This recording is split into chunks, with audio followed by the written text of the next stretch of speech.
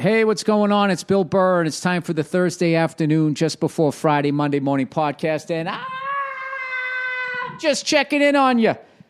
Just checking in to see how your week's going and that type of shit. And you know how we do on this podcast. It's usually just old Freckles here talking by himself, acting like a fucking maniac, solving world problems by himself. No one to debate it, so it all makes sense. And every once in a while, I have a special guest, which I do. I do have a special guest, and my special guest, as promoted like a week ago, whatever, on my podcast, is the one and only Dave Elitch, drumming sensation, teacher sensation, human being sensation, owner of plenty of T-shirts. Dave, what's going on? Dude, happy to be here, brother. Yeah, welcome to the podcast. I told you before we started, I made a major fuck up on my last podcast. Yes. I called the band The Specials the Smiths. Okay? Yeah, that's and no bueno. that is not good at all. And I was going on and on about how much I love this set and all that. And I fucked up, and I want to apologize to everybody. I actually met the lead singer of the band and the guitarist, and the lead singer of the band said, he real quick was just like, oh, I love the way you say the word cut. You say it right. And it was like the greatest compliment ever. Absolutely. It's like when my buddy Joe DeRosa was in Scotland in a bar at like 4 a.m, and some Scottish guy said to him, was like, Joe, you can fucking drink. And he's just like, it was like the greatest compliment ever. So I got to apologize to them. Okay. It's my fault. The fucking music I listened to in the 80s, you know, I was into fucking metal. And all these skater guys and everything up the street my brother hung out with. Well, yeah, stop the messing around, boy. I'm like, these guys aren't singing about the devil. They're not wearing women's clothes. I'm not listening to these guys. I mean, I was closed off back then, you know? Sure, So, you know, so you saw it. You saw it when I've been taking lessons with you for about, a year and a half or so? I think it's been longer than that, man. 2? Yeah, at least 2, right? Has it felt like 10 for you? Coming in there. I came in there like the crypt keeper, like all fucking crunched over and shit, holding the sticks wrong, forearms, everything all jacked up. And I got to tell you, like, you're on here, besides the fact that you're a good friend of mine, you're on here because you have a new drum instructional video out called Getting Out of Your Own Way. True. Which Yes. I actually got to watch a lot of last night, and it's all the stuff, you know, that you've been teaching me, which was, I was basically fighting the kit. And yourself. Yeah, I was all crunched over. I was holding the sticks wrong. I was just playing uphill. Yes. Nothing was at the right level. And for the drummers out there who listen to this podcast, I cannot tell you, like, the stuff that you showed me, just getting me to sit up straight, hold the sticks right, and have shit where I can hit it due to my body type. Yeah. It's made so much stuff that used to be really difficult, like borderline effortless now. Yep. But, you know, however, I still suck because at the end of the day, no matter how much you teach me to sit up straight, I am still at the mercy of the talents that I was blessed with. But I'm still, you know. Yeah, but it's a whole different ball game than when I first saw you, man. I mean, because you work your ass off too.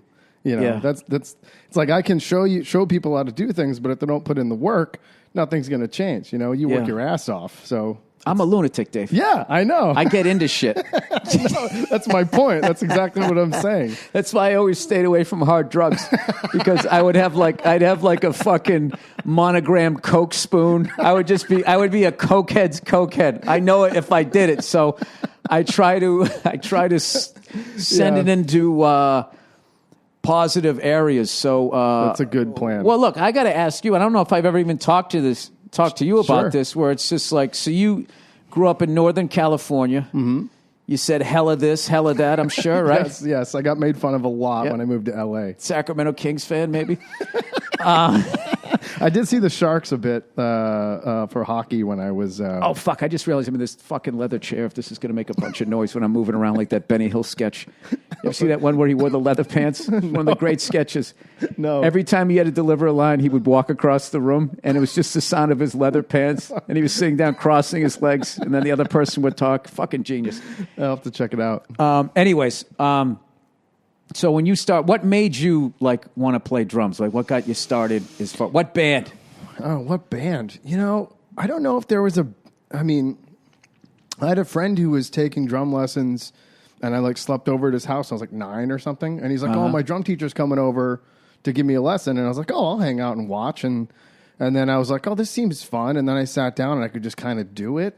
Like it was right. Like, it was like, you had that gift. Yeah, it was like, "Oh, I can kind of do this," and I'd never really had that experience before, so I just immediately got hooked. And so I was like 9 or 10. So this is like 93, 94. Right. So this is like... God, I'm old. Dude, I was 25 and 26. Yeah, that's crazy. Yeah. But this is like... old, dude. But remember when we were sending each other YouTube clips about... I sent you that Faith No More clip, and you sent me was it Skid Row? Is that what it was? I don't remember. Probably Skid Row. I love Skid Row. It was like SNL performances, and it was like... Oh, my God. Skid Row on fucking SNL. And it was like the same year, and it was like, check out we were talking about the shift in music, like right around like 91, 92, I think it was. And it was like how...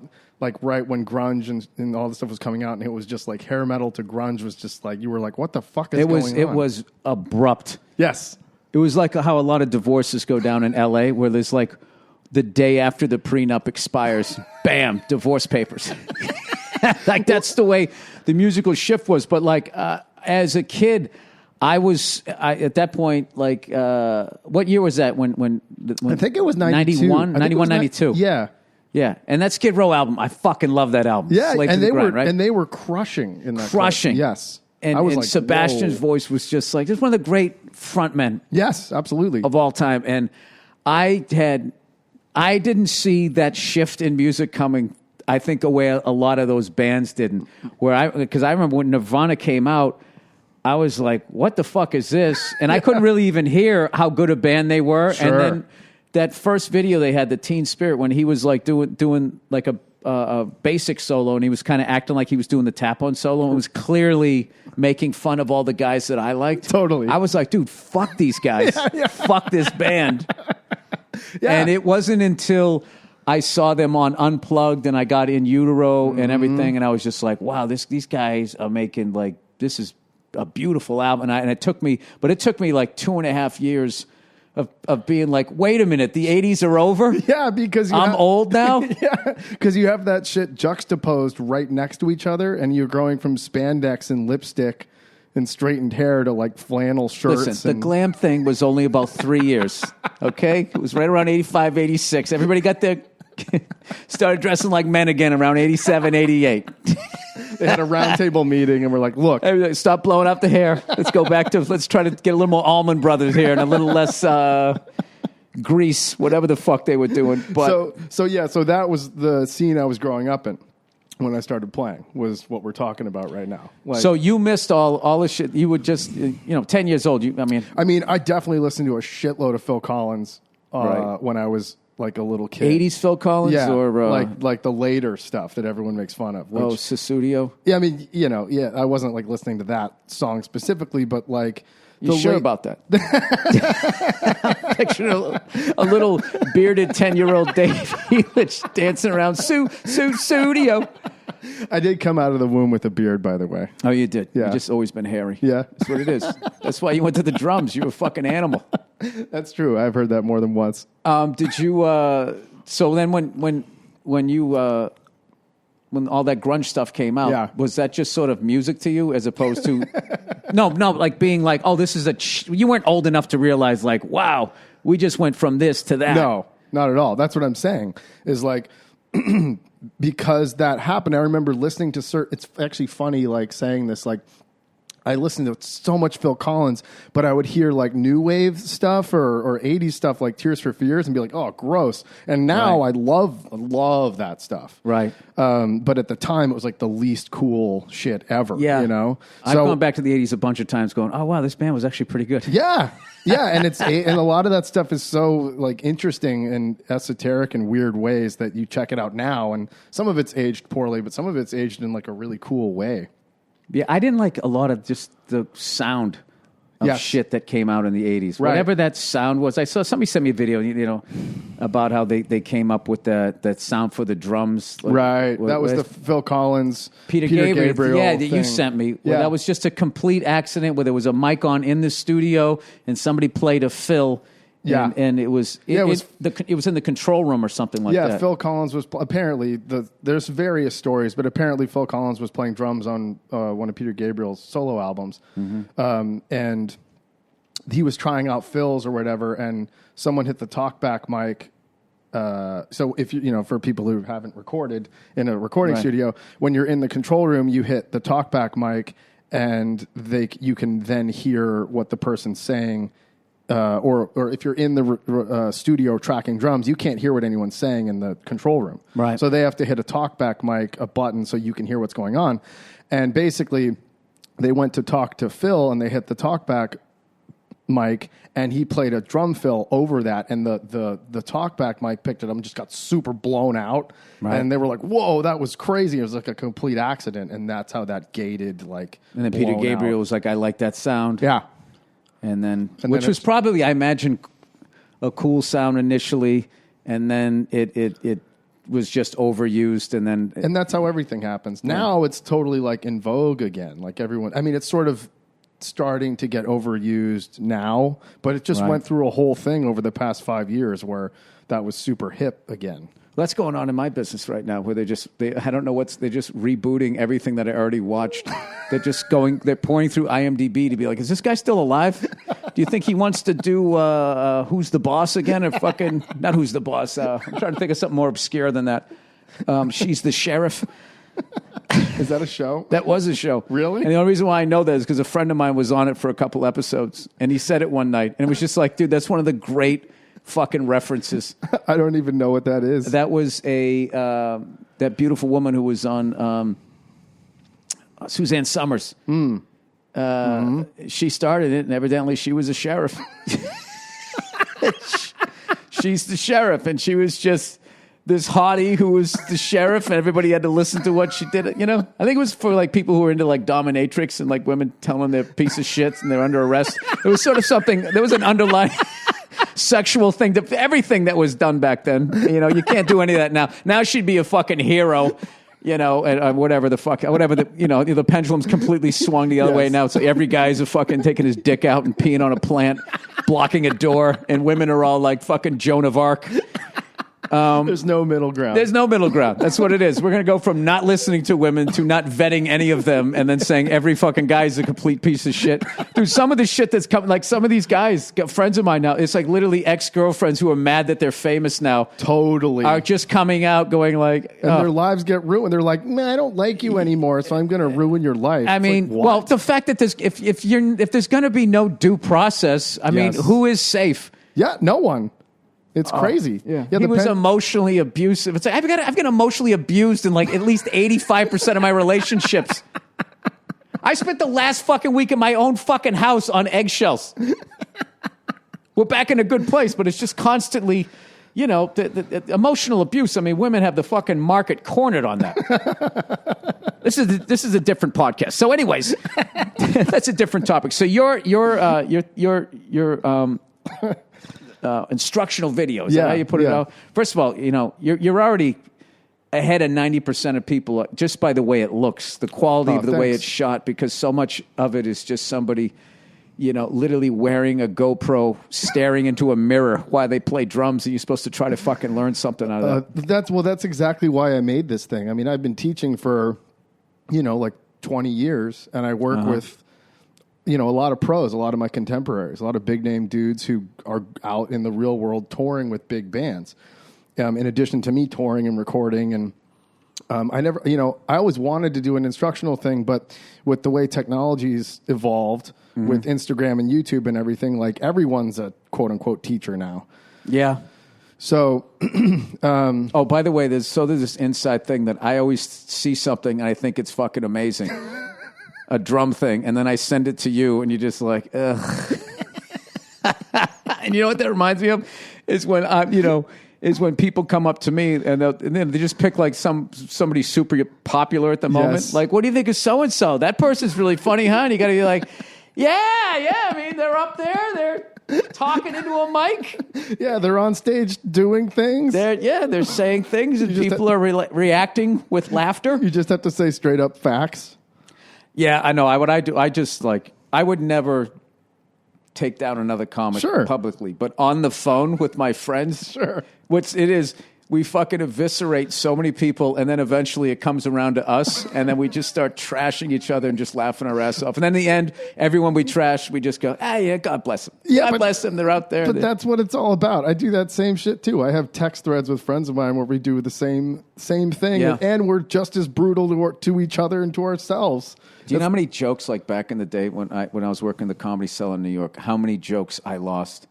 How many shirts I could never wear again, and all of this, because we used to just sit there and like the guys used to go down and they would watch you on stage and they would be staring at you with like it would be Patrice, rest his soul, Keith, Voss, Norton, and they would just stand in there in the doorway. We could see none of the crowd could see him, and you had to like totally commit to your fucking act. Wow. And I remember Kevin Hart when he first fucking came down. He's like 20 years old, and they were doing that to him. And I remember he didn't get rattled. He did a little bit, and then the first time, and then he didn't. After once, he didn't get rattled. And I remember thinking like, wow, man, this kid is. He's got the force. Wow. You know? Yeah, because I was sitting there. Those guys were all my contemporaries. Sure. We were like 10, 15 years older than Kev. Uh-huh. These guys were my contemporaries, and I couldn't fuck. I was like, oh, God, they're going to stare at me. And then you almost felt like you deliberately had to say something to bomb or some shit like that. So I don't know. Do you guys ever do stuff like, do you ever go out and see if, like, for a comedian to watch a friend of yours bomb? Not if it's like the set means something, but if they're just up there and they try a joke and they just eat shit, it's one of the funniest things ever. Like when you watch a friend of yours play drums, they go for a fill or something, if they eat shit on it. Yeah, it's totally different. Just by the nature of what you're doing, so much of it is just throwing shit against the wall and seeing what sticks and just being like, hey, I fucking try. You're like, I love comedians and I respect comedians so much because, you know, I'll go around town and see you or I'll just go out one night and go to the Comedy Store or something and someone will walk up on stage with a slip. I've seen you do this and a bunch of other people like, oh yeah, just like, I'm just working some shit out. Oh yeah. You know, like subject. Like, oh, that didn't fucking work, you know? And like that, you can't do that with music. Like people are there to see a show. And if you botch something, it's like, you want to jump off a building. What about the jam section? Isn't that what you guys call it, where you look at each other? And you just wait and like, There are aren't there different musical situations Absolutely. where there's some bands go out like we're playing exactly like the record, sure, and then there's other people like if we play it like the record one more time, I'm going to blow my brains out. Can we? Yeah, absolutely. And there's into something else certain situations where you can jam and improvise, and you know, like I would do that with the Mars Volta or like Anti-Mass. There would be certain sections where we just go way out into outer space for half an hour.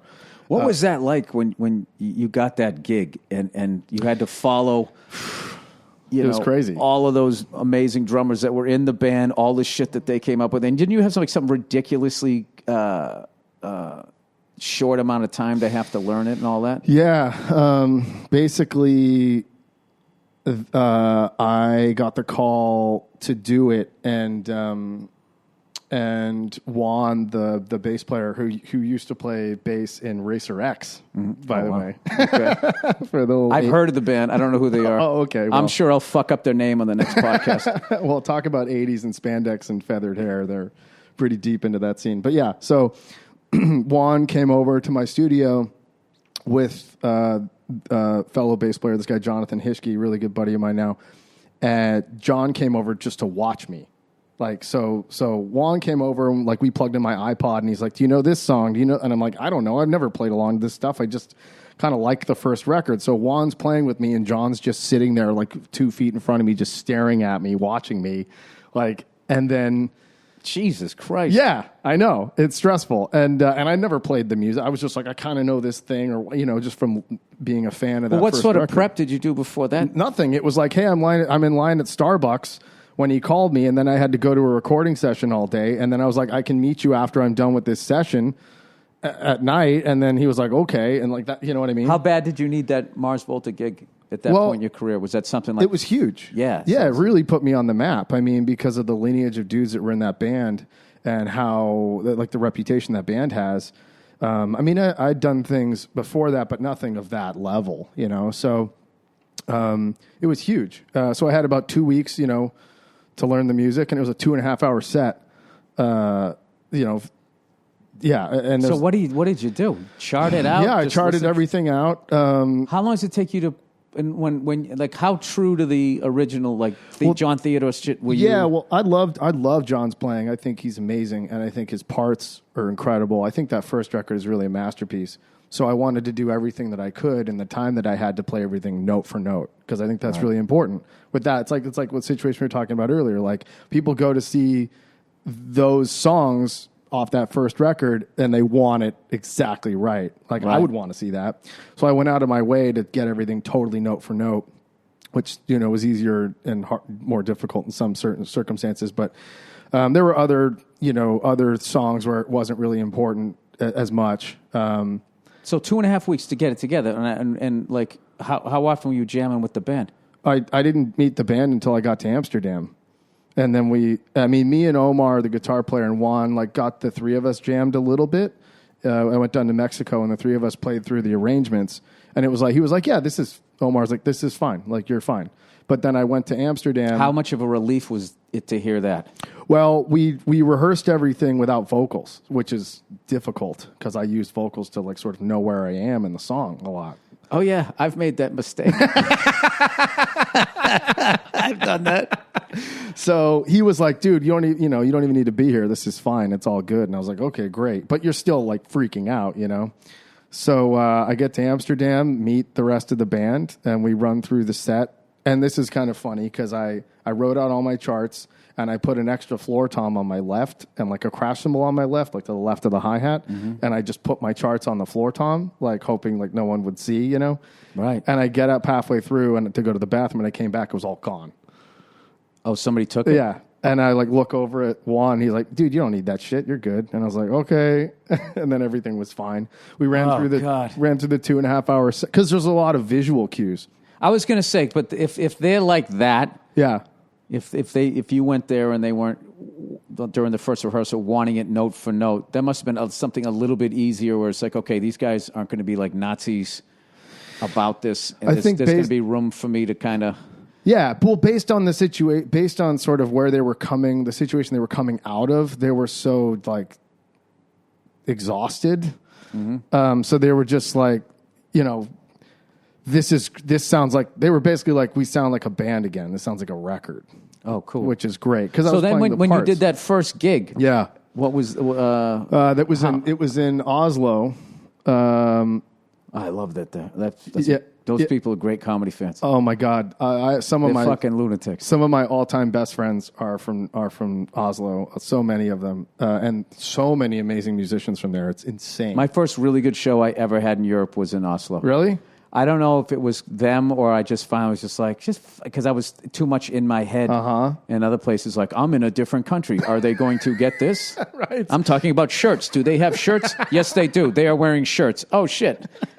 My timing is completely off. And I was so fucking fed up with mediocre sets. I think when I was in Oslo, I just didn't give a fuck. Yeah. And then they were also like, picked up on it. No, they were kind of maniacs where they were like drinking and shit. And it's just like, oh, these are the kind of people I hang out with. And then just kind of, I felt comfortable. And then the rest of the tour, then I went into Stockholm and all that. And just everything else just sort of fell into place. It's like, oh, just act like you're here.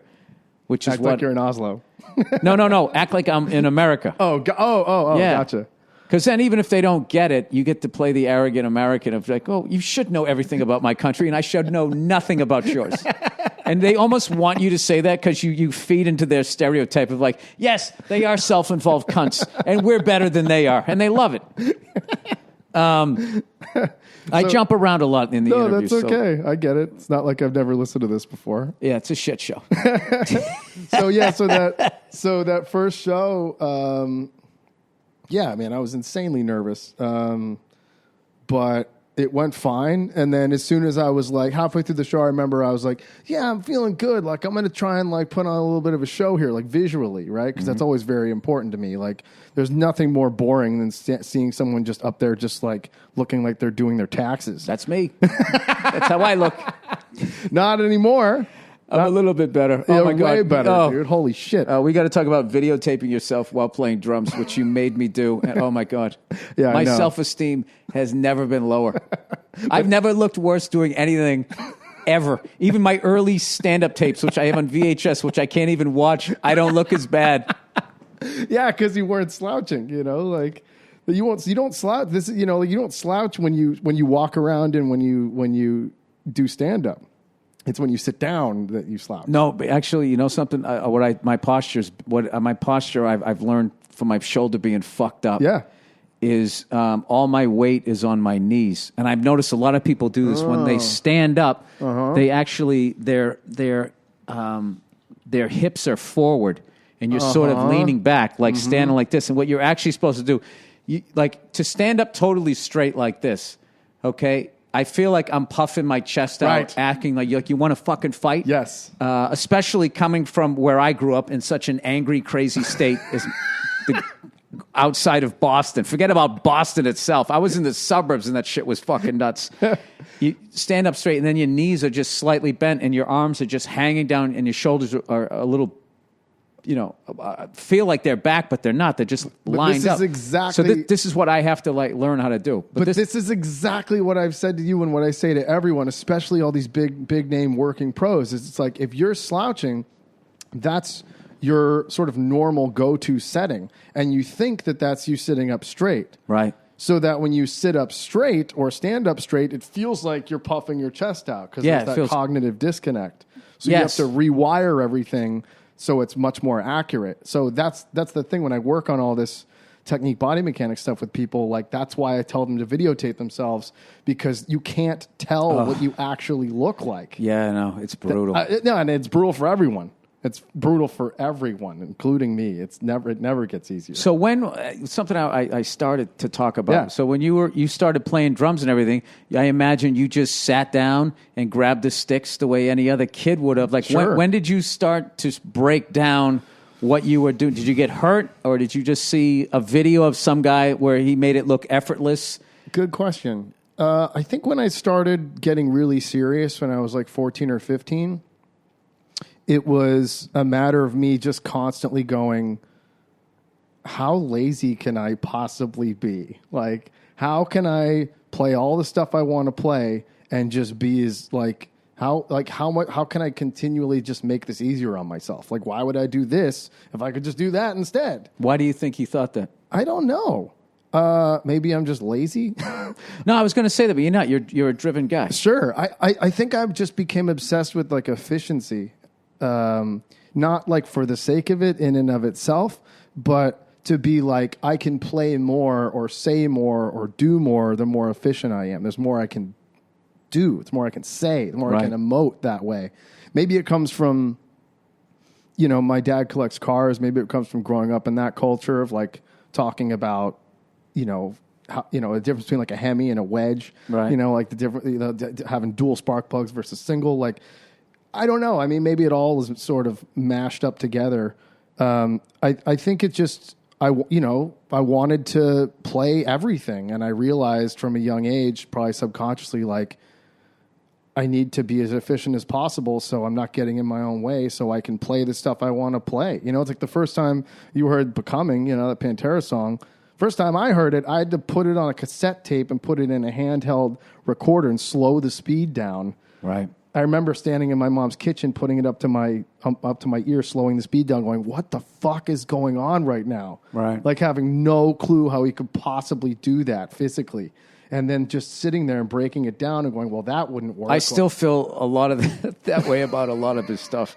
Which, by the way, man, you got to give a shout out to Vinny. Good Lord, man! I was literally talking about it, texting with you. Yep. Because we were talking on the phone.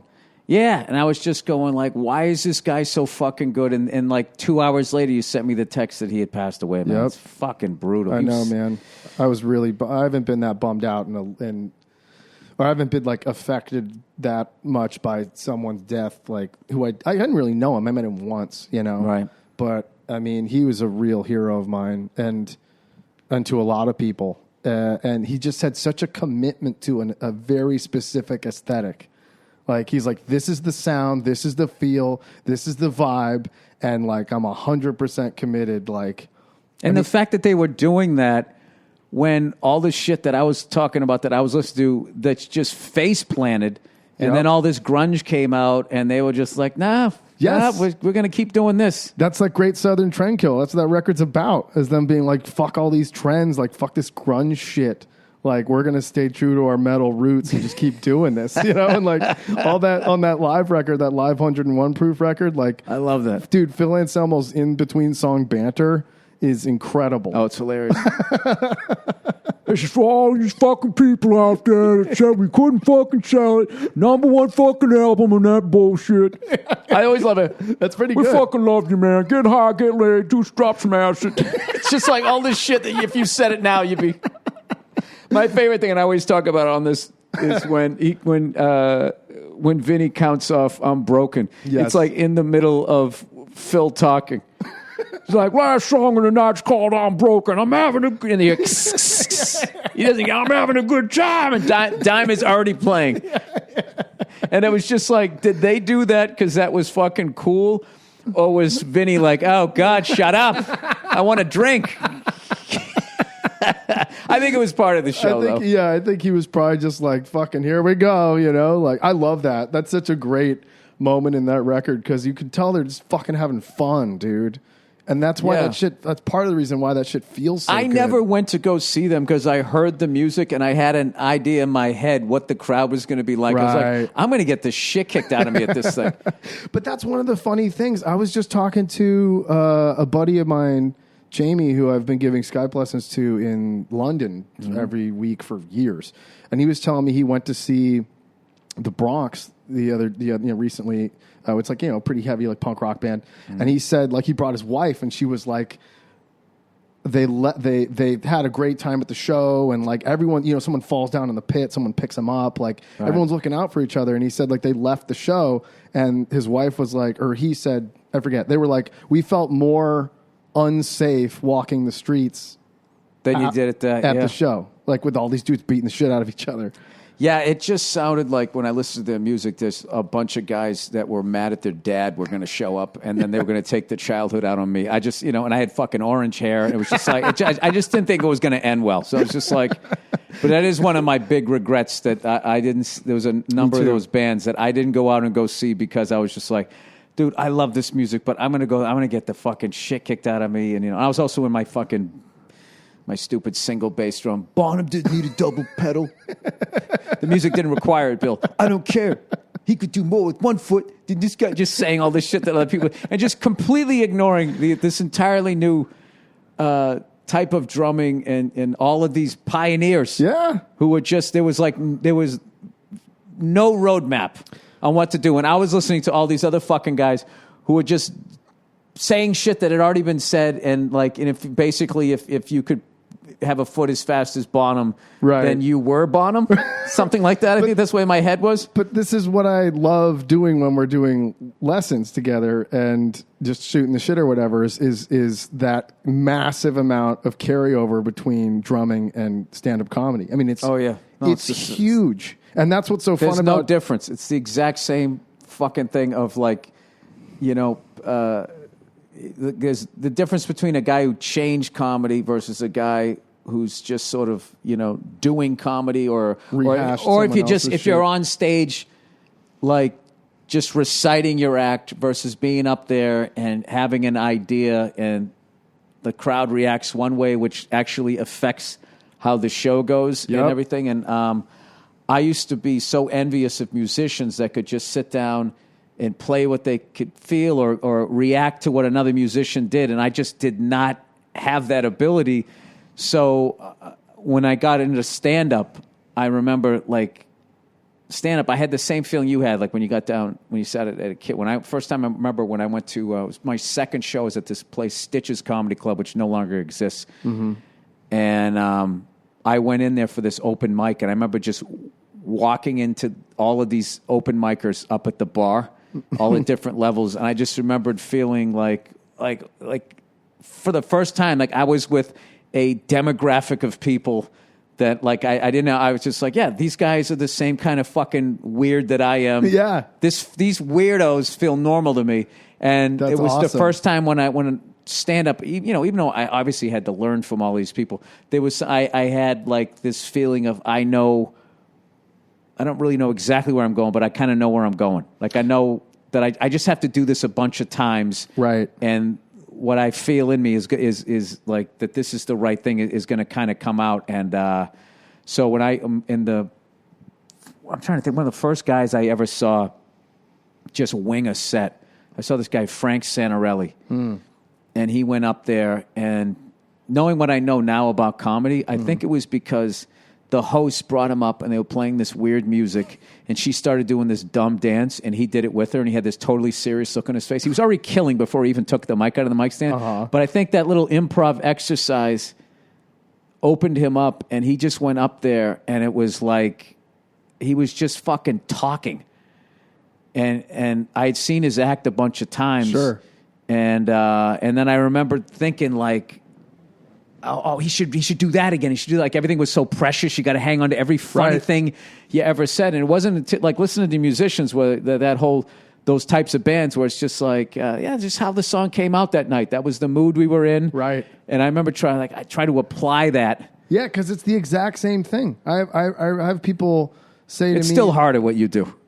Because you wake up, when you're a baby, mama, dada, you're already playing. You're already talking. I'm just talking into a microphone. I have to learn how to speak but you through sounds but of an instrument. But you being able to stand up and wing a set, you have to be just funny, inherently funny. Obviously, it takes work, but you have to be a funny person to be able to do that as opposed to someone who has all you do is bit. if it doesn't work, you just make fun of yourself. It's like literally, if you can't dance, you just learn a little two-step and let the woman do all the fucking work. And scene. It's over. It's the same fucking thing. Yeah, you go up there, you wing an idea. If it doesn't, you either just make fun of yourself or you blame the crowd. Yeah, but that's like me saying like, oh yeah, when I go to do a drum solo, it's like, just kind of play the toms a little bit and then the cymbals. No, it isn't. That's what I'm saying. It isn't. Yeah, so I'm saying the same thing to you. All it's right. not. It's not that easy. Like, I mean, but that's I have dudes who I teach who are like mainly touring guys who play with like pop acts or whatever. And they're like, I can sit down and play the shit out of a show, like from start to finish, nail everything. But if I sit down and someone's like, hey, play a little bit, like I don't know what the fuck to do. Like I can't just play by myself. Yeah. And that's the same also type of a thing. Someone has a routine or bits, a show put together, they could kill it. But then if they just walk up and try if somebody heckles them and fucks up I guess. Well, that's exactly the same in music and comedy. Someone throws a fucking beer bottle at you or whatever. Yeah, people throw shit at you guys. That does not happen. I mean, I've had shit thrown at me, but like I usually deserved it. I mean, you guys would just be up there singing, and for some reason, somebody just wants to throw a bottle.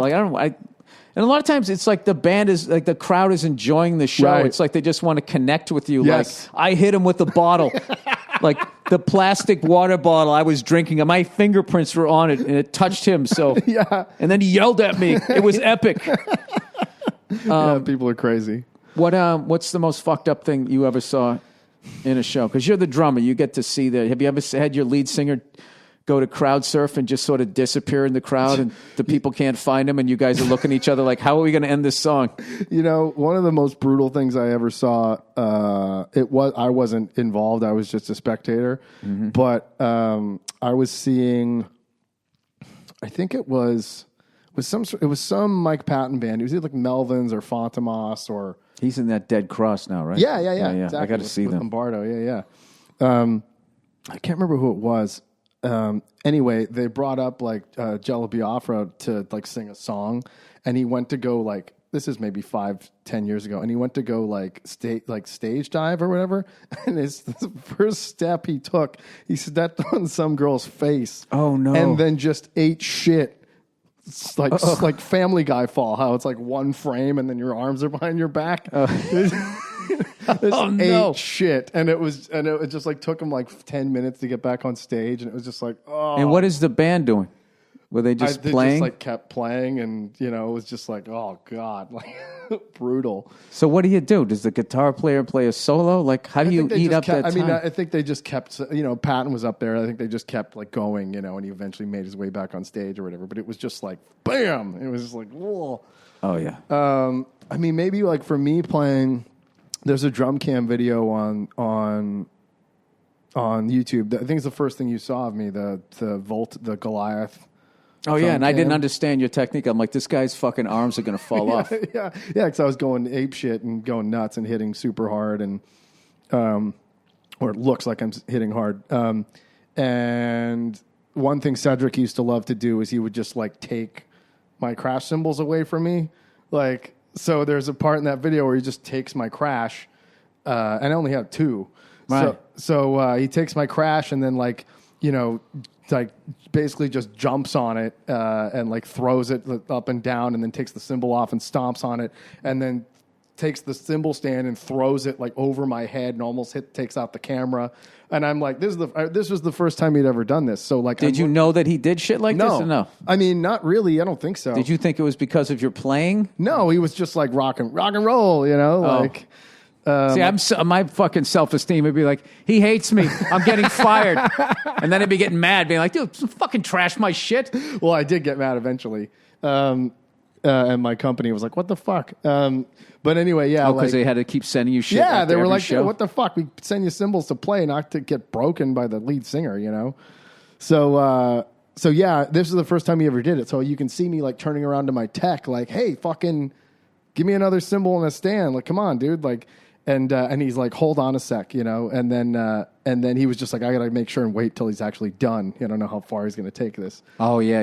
Say, wait till he's out of that mood. Yeah. And then he eventually, eventually brought another one up and it was fine. But like, well, not to get into the gossip, were you able to just kind of sit there and say, hey buddy, I love being in the band, man, but I need my cymbals. Yeah. I mean, I got to a certain point where I was like, dude, like really, like, come on. Cause he actually plays drums too. I was like, you know how annoying that would be, right? He's like, oh shit, yeah, you're right. Sorry, man, I just get like carried away. I used to when I was if I ever saw that on TV or if I was in the crowd or whatever when I was a kid and I was playing drums and everything, I used to just be like, dude, just give it to me.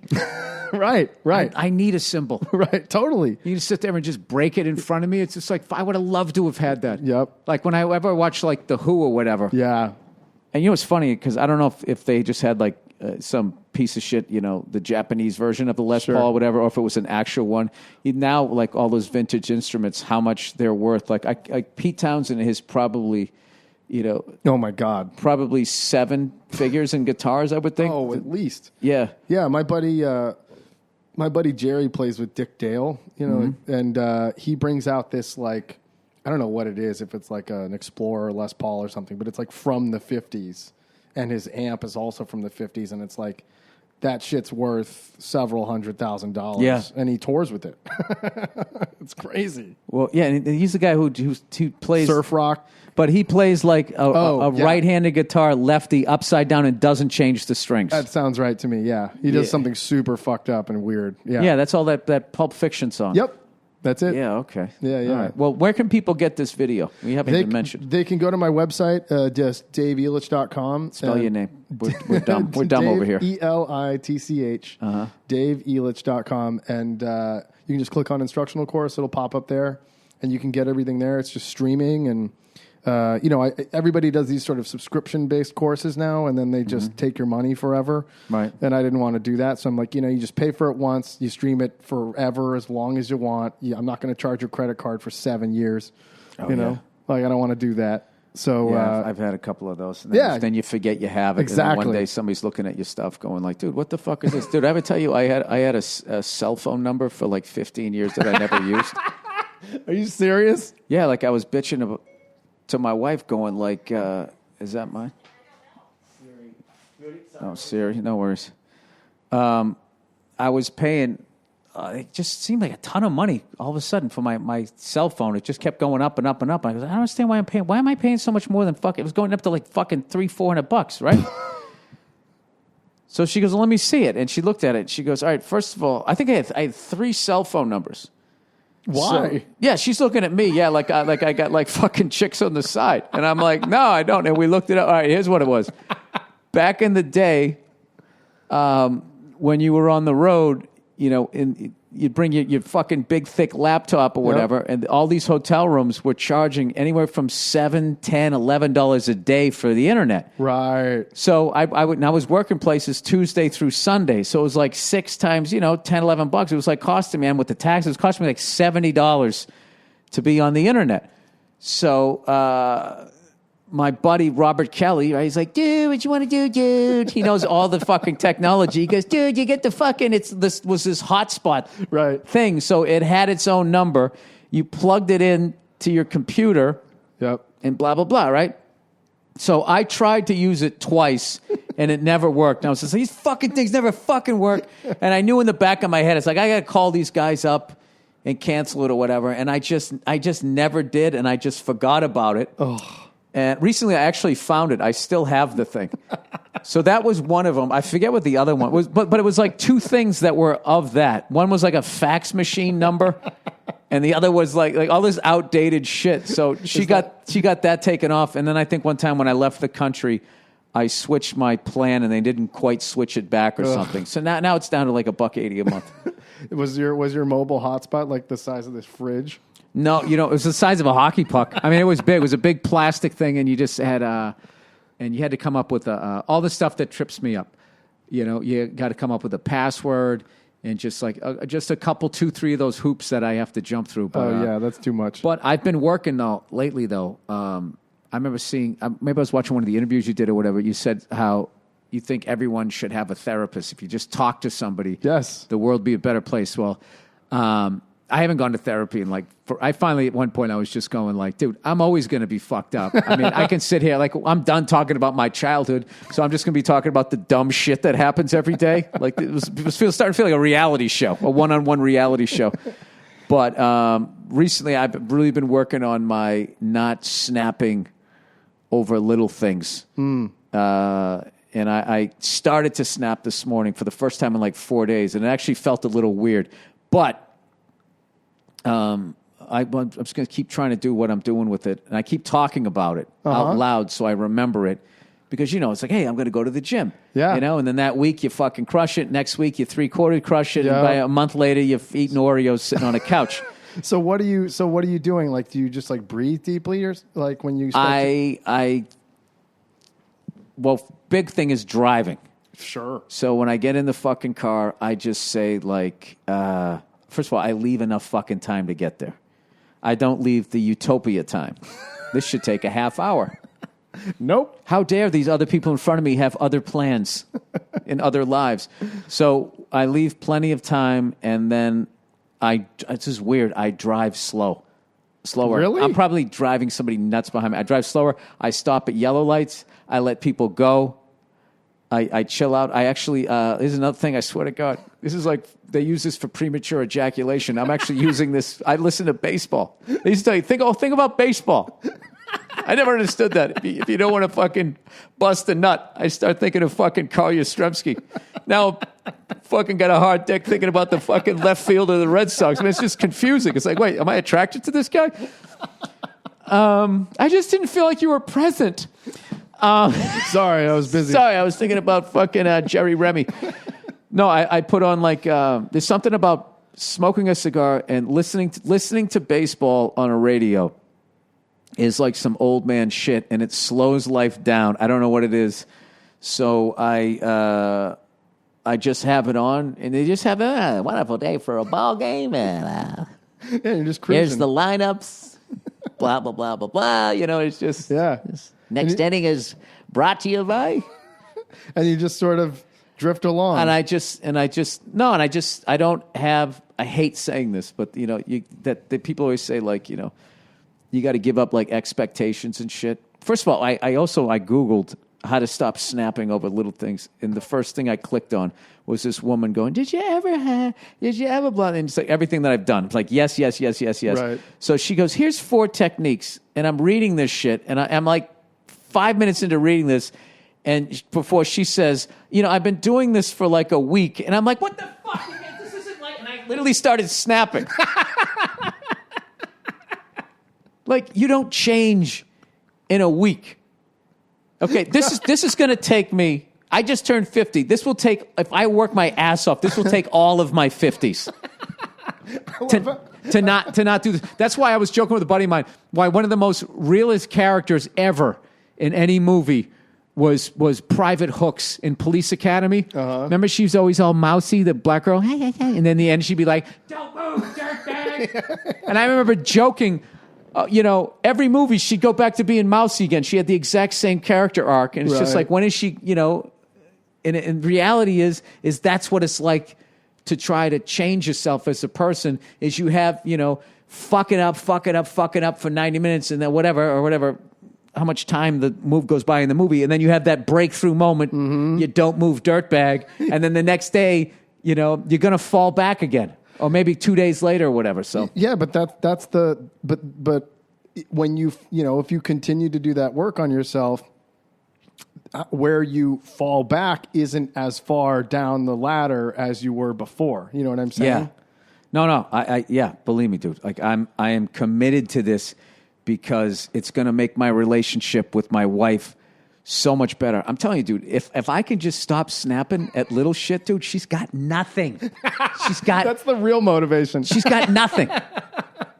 No, because what I'm still doing, this is something else that I'm starting to let go of, is when you're in a relationship with a woman, like thinking the way a guy thinks, you think, I'm going to do this, and then then she's gonna be happy with me, and she'll be in a good mood, and then the eggshells go away. Right. And what you realize is that's you're chasing it's like a Ponzi scheme.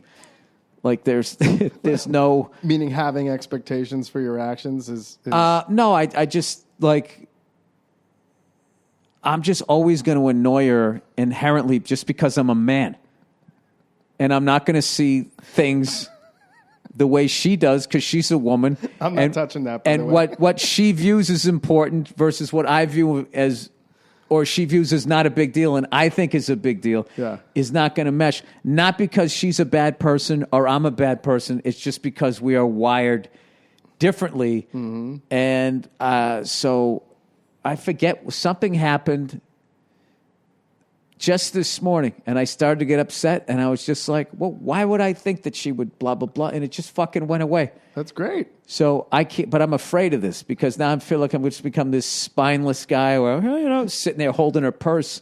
You know what? I talk about the same shit I have with my therapist a bunch of times. Because not even necessarily talking about that specific thing as a human being, but talking about that specific thing as being the source of your creativity in some way. Yeah. You know what I mean? Like that's no, there is a thing with comedians where it's, if I get happy, I won't be funny anymore. Exactly. Which is with musicians too. It's a huge myth. Because I'll tell you why. What happens is like once you get everything you want, as far as like you found love and you have the kid and your kid comes home and is going da da da da, and big smiles, dude. It's the fucking greatest fucking thing ever. It's one of the few things in the world that lives up to the hype, right? Other than downloading your fucking video. Boom. Bam. Cross-promoting. What replaces all your angst and loneliness and I'm sleeping on a futon and shit is this new fear of that you're now going to lose it all. Right. Like, what if something happens? Like, I can't tell you, since having a kid, like any new scenario, like, hey, I'm going to go take her on this swing. Like, immediately, this horror movie that Stephen King could not fuck with. Or maybe he has kids or something. That's how he writes. But like the shit that goes through your head about the possible stuff that would happen. And always in the end, I'm either murdering a person or an animal. One or the other. Dude, I've actually had fantasies of jumping down on a cougar's back, and somehow I know that UFC move where you choke it out, and I wrap my legs around its belly so it can't claw me. And I sit there while I'm eating a sandwich thinking of all of this because my wife said that she's going to like just take her out in the backyard. Turns into a Joe Rogan episode. Yeah. Yeah, so all of that, and then like those fucking crazy thoughts will then fuel your act, hopefully. So, yeah. Anyways, well, I got to read a little bit of advertising. Okay, you want to see some comedy here? Once again, my apologies to the specials, man. I feel so fucking bad about that. And I told the singer I'd throw a couple of cunts in for him, and then I called his band the Smiths, and then I had all these fucking mopey Morrissey people. He left that band 30 years ago, man. They're never getting back. And other people freaking out. Did they get back together? Like, I caused like this whole fucking thing. I feel like such a... By the way, you need to film like a video of your Morrissey dance. Oh, the Morrissey dance? Oh, yeah. Have you done that yet? No, I got to get it down better. It's one of my favorite things I've ever seen. I don't dislike Morrissey. I like irritating people that are really into shit, like Star Wars fans. Oh, dude! I saw one of the newer Star Wars ones. Yeah, it was fucking great. It was actually really good. Now that it's not like a Muppet movie, like there was two like it was like Muppets with space and then some bad self-help. You know, this guy's good. Dude, he's in his lightsaber's blue. Dude, I think Star Wars is great, but when people like make their lives revolve around it, it's like there's so much other shit out there in the world. Like, that's why people don't like baby boomers, because baby boomers, like, they just make so much about what they grew up in and fucking all the stuff they did. If they just fucking just did what they did and just shut the fuck up about it and let the other generations realize how cool they were, they would have been fine. All right, I got to read a couple of these things here. All right, okay, Bill, Stitch Fix sent you clothes while you were in Paris. They're actually really normal and wearable and much better than the other clothing companies we've had. I probably shouldn't have read that out loud. All right, this is going to be I guess these guys make really normal, wearable clothes. Okay. Did you hear that? That was the sound of money going out the door. Stitch Fix, everybody. Convenience. Stitch Fix understands that. Look how much fucking copy this is. This is that's a novel. Stitch Fix understands that life gets busy. So tell them your sizes and your favorite type of clothes and how you want to spend. And your personal stylist will pick out clothing for you based on your preferences. Try before buying. If an item doesn't fit or you don't like it, no worries. Just send it back. Free of charge. No clue what you did in those clothes. They must have a giant washing machine that it just goes in. Some guy in a hazmat suit shows up. Style. Some of us have it, some of us don't. But just because a sense of style seems elusive for some doesn't mean it's impossible to attain. There's no time like the present to discover the style you never knew you had with somebody else's talent. And you can, with a little help from our friends at Stitch Fix. It's not somebody else's talent, but this is reminding me of every bad 80s movie where they do like a makeover on you. Stitch Fix has reinvented how we find and buy clothes. Just answer some basic questions about your sizes, favorite styles, and budget right from your laptop, smartphone, or tablet. Your personal stylist then springs into action, hand-selecting 5 brand-new clothes items for you. I know. Personal stylist sounds like something only the rich and famous can afford, but you can too. Stitch Fix styling fee is only $20, which is applied as a credit toward anything you keep. And since your personal stylist uses only your preferences to pick your clothes, you're still in complete control. Once your item arrives, try them on and only pay what you want to keep. Don't like something, need normal size, just send the items back. This is why I don't think I'm supposed to read all of this, because they just keep repeating the same shit. No questions asked, and the shipping is always free both ways. Get your fix, whatever you want, or sign up to receive scheduled shipments. The choice is yours. I love Stitch Fix, Dave.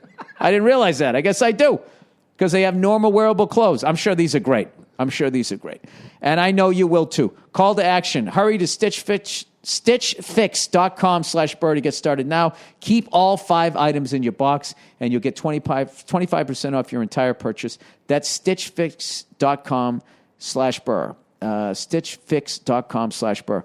Hey, what do you think's going to happen to all the strip malls and malls in the future? Like, what are we going to do with those? Because there's going to be no stores left. Because everybody's shopping from the internet? Online, yeah. Even like they'll buy like a vintage guitar without even fucking trying it out. Me. And have it show up and realize that it isn't. And the guy's in Japan. There's nothing you can do about it. He's got your money. I remember I bought that. Well, you know that Prince album? That really, the one Questlove always talks about, where it was just like, I think it was just an all-black album. It's not available. Like, he put it out and it I don't know. Yeah. I bought it off some guy in Japan. I don't even know what showed up. It was like the fucking soundtrack to Chips. And what am I going to do? Call up PayPal? They're going to find him? Hey, man. We're a web country in the United States, and unless you return that fucking money for that record, we will do absolutely nothing, because you'll just change your name and become somebody else. All right, Policy Genius. If you have a car, you have insurance. You have car insurance. Well, you should at least. If you have a home, you have home insurance. If you're alive, shouldn't you have life insurance? 4 out of 10 people don't have life insurance at all. And it's not their fault. It's life insurance fault. Shopping for life insurance is confusing and it takes forever. Hey, insurance company, don't totally blame yourself. A lot of guys can't deal with their own fucking mortality. Or they live alone, and who gives a shit if they die, right? So Policy Genius made it easy. Policy Genius is the easy way to compare life insurance online. In just 5 minutes, you can compare quotes from the top insurers to find the best policy for you. And when you compare quotes, you save money. It's that simple. In fact, Policy Genius has helped over 4 million people shop for insurance and placed over $20 billion in coverage.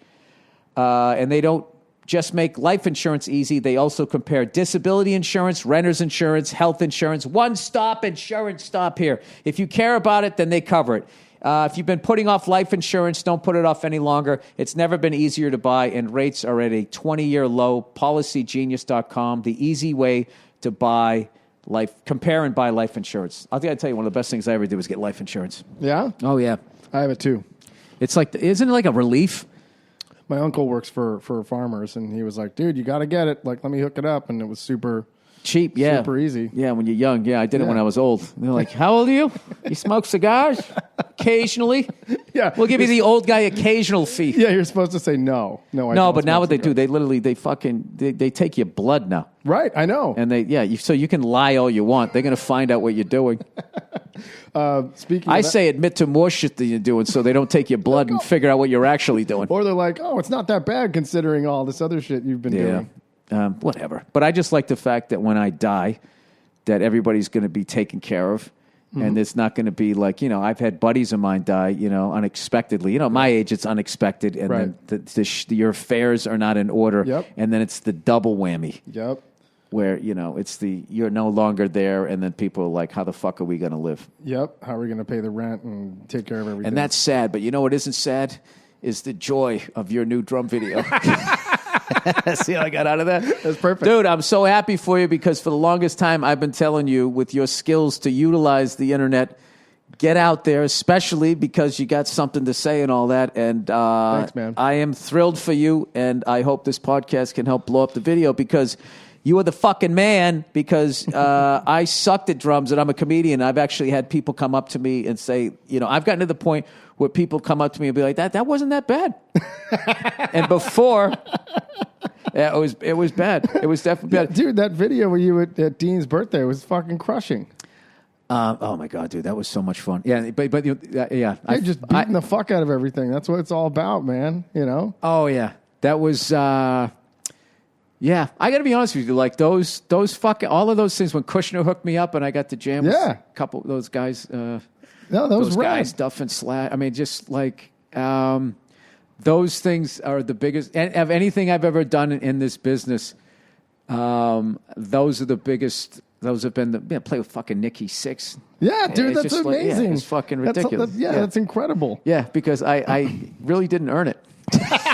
That's why. Because I always feel like with stand-up, as much as, doing Letterman, HBO special, doing shit like that, it's like I did the hell gigs. Like I fucking earned it. Mm-hmm. And you're at a Cracker Barrel at 3 a.m. in Nebraska or whatever. But these drumming gigs, it's not like I had to audition. It's just like, oh, that guy's funny. I'll play a song with them. Yeah. I'm sick of the guys in my band. Get up there, Freckles. Let's see what you can do. All right, that's the Thursday afternoon podcast.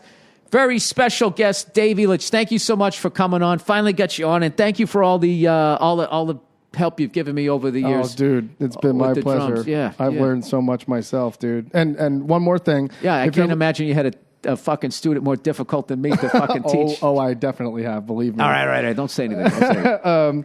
But for everyone who's listening to this, if you want to go check out the course, you can go to my website, and during checkout, if you type in Burr, B-U-R-R, you'll get 10% off everything you get. Look at that. Yeah. He's a guy who did not embrace the internet. Now you're doing it better than I am. I love it. All right, that's the podcast. Enjoy the music, and then we'll have a little throwback Thursday afternoon podcast. Have a great weekend, you cunts, and I'll see you on Monday.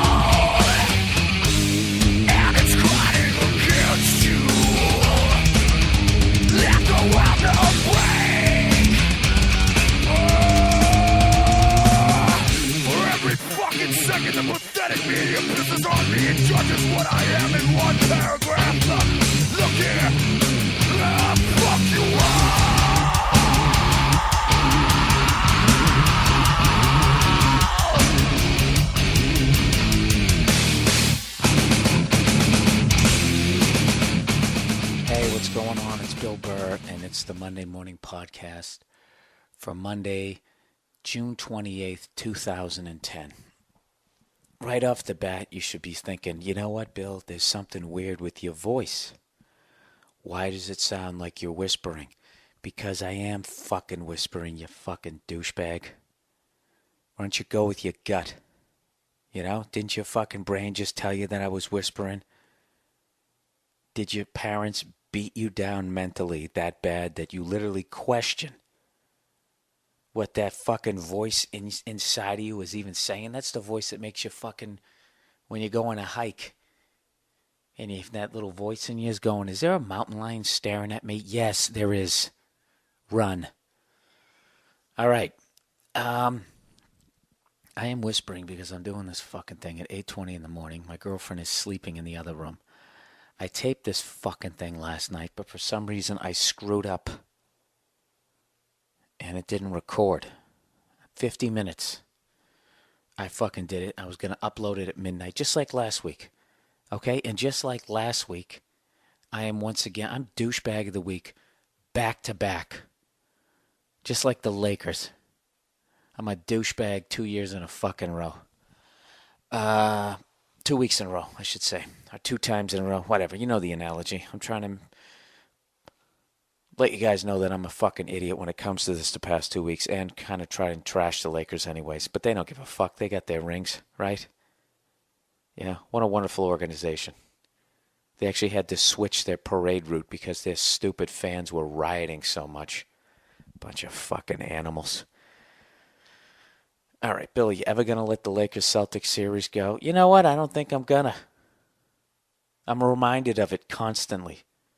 Like I started watching World Cup soccer and watching all those fucking people flopping around on the ground anytime anybody kicked their back of their socks. Reminded me of watching Pau Gasol play basketball. The fucking flopping fag. All right, let's not be this angry. You can't be angry and whisper. You ever seen that? You ever see a couple fight in public? They do that angry whispering. That's not what I said. You know goddamn well what the fuck is going on right here. No, you shut the fuck up. That's what I'm going to be doing. So anyways, I actually did the podcast last night already. And fighting through, I was like sweating. I was so goddamn sick. I did Vegas this weekend. I performed at the Orleans Casino. Now, if you stand-up nerds out there, or for you fans of the podcast who listen every week, you know that the Orleans Casino was the last place George Carlin did stand-up before he died. So I went there, and I asked them a ton of questions. People who worked there were totally cool. Even one of the guys was actually telling me how Carlin put together his hours of material. You know, how he would come in, and it would be like an hour and 20 minutes. And before his special, he'd watch him whittle it down, and by the end of the weekend, it would be like an hour, right on the nose. Gave me chills listening to it, and also made me really feel like I need to start working harder as a fucking comedian. And someone there also gave me a ticket stub from his last show. It was fucking awesome. But I made the mistake. The Orleans Casino is actually off the strip. It's kind of cool. So my hotel room, I had a view of the entire strip. And I would have been content to just stay out there at the Orleans Casino because I liked it. I liked the vibe. The crowd was a little bit older, as am I. You know, so there wasn't a lot of craziness going on. It was just straight up, let's booze, let's eat, let's gamble. You know? There wasn't a bunch of people fucking, you know, like a gaggle of chicks screaming out the sunroof of a fucking limo. Oh my God. You know, we got a limo, bitches. You know, everybody tags everything with bitch nowadays. Is that from the Rick James sketch? I'm Rick James, bitch. Then everything became bitch. Whatever. Long fucking story. You know what I'm doing right now? I'm looking at my laptop, and the screensaver just has all the albums on my iTunes, or all the albums that don't really fucking exist. The covers to the digital singles that I downloaded. I'm actually looking at one that says Elvis, speaking of Las Vegas, and I came out to Elvis the entire weekend. I had to do it. I came out to that song that used to be cute, and now I realize that it's about stalking someone. You know, how does that fucking song go? Hide in the kitchen, hide in the hall. Ain't gonna do you any good at all. 'Cause once I something and the kissing starts, a team of wild horses couldn't tear us apart. It's like, really, Elvis? Does the woman have any say in that? I'm gonna fucking yeah, stuck on you. Stuck on you, you would think that that's a guy in love. But if you really listen to the lyrics, it isn't. It's a guy who can't accept the fact that the relationship is over in her mind and she wants to move on. And, you know, he just won't fucking leave her alone. He keeps pressing his sweaty, out-of-shape, iconic stomach up against her as he kisses her. I mean, that's what I got out of it. But it was a great song to come out to, nonetheless. So anyways, you're probably asking, hey, Bill, you whispering douche. How did you get sick? I don't really know, but I know who I'm going to blame it on. How about that? I was fucking, like I said, I was content to stay off the strip at the Orleans casino. You know, but I brought my girlfriend. So you know what that means. They want to do stuff. Let's go to the strip. I heard they had some stores. They have stores on the strip. Let's go to the strip and go to the stores. Do you want to go to the stores on the strip? Huh, sweetie? Sweetie, do you want to go to the stores on the strip? No, of course I don't. Why? No, why would I want to do that? If I had something I needed to buy, I would go. But I don't. I don't want to go. You know, but I fucking learned. I've learned to get through with a fucking relationship. You got to say yes to some shit you don't want to fucking do. So I go, yeah, let's go to the fucking stores on the strip, right? So we fucking go out there. And, you know, we go into all these fucking stores. I notice those really high-end stores, when you go into them, they only have like 40 pieces, as they call them. You know, it's not like when you go into Old Navy. Hey, what waist size are you? We got 100 of that. You know, we got 100 of every fucking size, and they're stacked from the floor up to the goddamn ceiling, and we got that ladder that fucking slides right across the wall. That's how much product we have in here, and that's just the goddamn jeans. And you know why? Because they're $30 a whack. But you go into those fucking high-end places, and it stops being jeans and dresses. It starts being called pieces. And all of a sudden, there's like 28 things, and there's a ton of space. And everybody in those stores looks like Mike Myers in that fucking sketch he used to do, you know, where he danced around like the fucking German guy who liked to get shit on. Sprocket or some shit. I can't remember what the fuck name was. He's dressed all in black, and he put his hands on his hips. And he only moved his legs.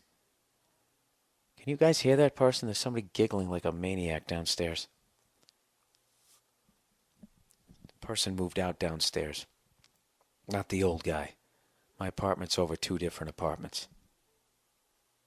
It's a little fucking spread out. So anyways, we start going to those goddamn shops. Long story short. I gotta actually admit, when Louis Vuitton, when you go in there, I really like their luggage, man. Their luggage is fucking insane. They're like, it's handcrafted. It's like, all right, you know, look at that, handcrafted. Yeah, some guy took a hammer and nails on the inside. Look at that craftsmanship. You know, and they have an old Louis Vuitton trunk from like the early 1900s, and it's still functional. You know why? Because it was made by hand using great materials. So I was like, you know what? I like this shit. I like it. It wasn't made by a machine. It was made by a human being. So I asked him, the smallest fucking piece of luggage they had, which I guess would be considered kind of like a jewelry box.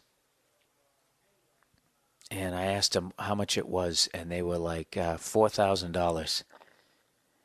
And I did the Eddie Murphy in Beverly Hills Cop, you know? I just totally played it off like I could afford it. I was like, oh, yeah, that's great, you know? Okay, now why don't you close up this handcrafted thing and put it back up on the fucking shelf? I was actually pissed afterwards. $4,000. They fucking looked me right in the eye when they said $4,000. $4,000? You look at the fucking floor when you throw a goddamn number out like that. You should be ashamed of yourself charging that much fucking money. I don't understand. Do you know how fucking rich you'd have to be to buy a $4,000 fucking jewelry box? Jesus Christ, most people, their jewelry isn't worth that much. And then where the fuck do you take it? That's the thing about buying really nice clothes and really nice stuff. I got my legs crossed right now and I'm swinging my foot around. What the fuck is wrong with me? Just caught myself in a really effeminate moment. Whatever. I'm allowed, aren't I? What the fuck are you going to do? Like someone will, like that's when you know you're rich, when someone will mug you, not for what's in your luggage. They'll just mug you for your fucking luggage. You know, when I go to do the David Letterman program, I always go out and I buy a nice goddamn suit. I always lose money whenever I do that show, but I'm not going out there looking like a bum. And I love the suits and I love wearing them. But the second you put them on, you're freaking out like, oh my God, anything you go to brush up against, you freak out. Because it's an expensive goddamn suit. As opposed to when you shop at Old Navy, in the Gap, you know, the anti-pussy wear that they sell. I wouldn't give a shit if I was walking through a fucking pigsty. I mean, I'd freak. Oh, my God, pig shit. Oh, that's okay. I'm wearing Gap jeans. I've never wore Gap jeans. I would never do that. Do you know there was a kid in my high school? His nickname was the Gap Nerd, and he had no idea. No one said it to his face because he was a bigger guy, but he always wore Gap jeans. And he wasn't even that big of a nerd. But he always tucked his shirts in because it was the 80s. And, yeah, they called him the Gap Nerd. And that was the end of his pussy-getting career. He had no idea. It had to do with his big 6'4" fucking red corduroy Gap jeans. Big, stupid tag on the back. Gap. It's like, don't you notice that everybody else says Levi, Strauss? That's what you want to have on. And then the couple of kids whose dads have mafioso connections, theirs actually have Guess jeans, you know, which in my world was chick jeans back then. Anyways, I'm getting off the fucking beaten track. So anyway, we're going through all these high-end fucking stores. I went into the Tom Ford store. Some of the most beautiful suits I've ever seen in my life. Also, some of the most expensive. But you get caught up in it. I was actually in there because Tom Ford, his entire line, is not just a line, it's like a lifestyle. And it's like that Dos Equis beer guy. Stay thirsty, my friends. It's like Steve McQueen, man's man. They had a fucking cigar cutter made out of like a fucking, I was going to say a rhino horn. It wasn't. It was an ox horn. An ox horn cigar cutter. One of the most manliest fucking things I've ever seen, and I'm actually thinking about buying it. I'm holding this fucking ox horn. You know, they had a ram horn cigarette lighter. I'm not even lying. I'm not even joking. I'm actually considering buying this fucking thing. Fortunately, I walked out of the store, you know, and like 10 minutes went by. And then I just kind of had like that little fucking gut check moment there or whatever. Kind of looking at myself like, dude, did you almost just buy a fucking oxhorn cigar cutter? Did you really almost do? Did you get that fucking caught up in that bullshit? It's like, yeah, I did. A couple of things kept snapping me back into reality. I don't like buying shit made out of animals. Unless it's a leather jacket. It's just a stupid cow. I ate hamburgers anyways. It'd be fucking hypocritical, wouldn't it? The fucking cow's already dead. Why don't we go the Native American route and use up this whole fucking cow? You know? But I don't eat ox. Although I did go to a Mario Batali restaurant one time and I got an oxtail fucking stew or something. I can't even remember what the hell it was, but it was delicious. But anyways, there's just no fucking need. Unless the ox was already dead. And you're like, well, we might as well saw off its fucking horns and turn it into a cigar cutter. Anyway, so we get out of that thing. And speaking of fucking cows, so, I don't know, my girl's like, let's go get something to eat. And I said, all right, there's a fucking McDonald's right there. And she's like, do you want to eat there? And Soda was looking down at the ground all sad, you know. Just doing that classic female manipulation thing. She knew I wanted to eat there. I just said there's a McDonald's there. And then why would she say, do you want to eat there? And look down at the ground. This question is for all the young male listeners of my whispering podcast. Why would a female do that? I'll tell you why. Because she doesn't want to, not only does she not want to fucking eat there, she already has a place where she wants to eat. She's already had this place that she's wanted to eat at for probably a month before you ever went to Vegas. But she's not going to tell you about it. Because if she told you about it, that'd give you time to do research on it and find out how fucking expensive it was. So she's like, do you want to eat there? And she looks down at the ground. So immediately, despite the fact that I know all this about females, I take the bait. Why? Where do you want to eat, sweetheart? There's this burger place at Mandalay Bay. I heard it was really nice. Do you ever watch Top Chef? Only when you're watching it, sweetheart. I don't like that show. Fucking show is annoying.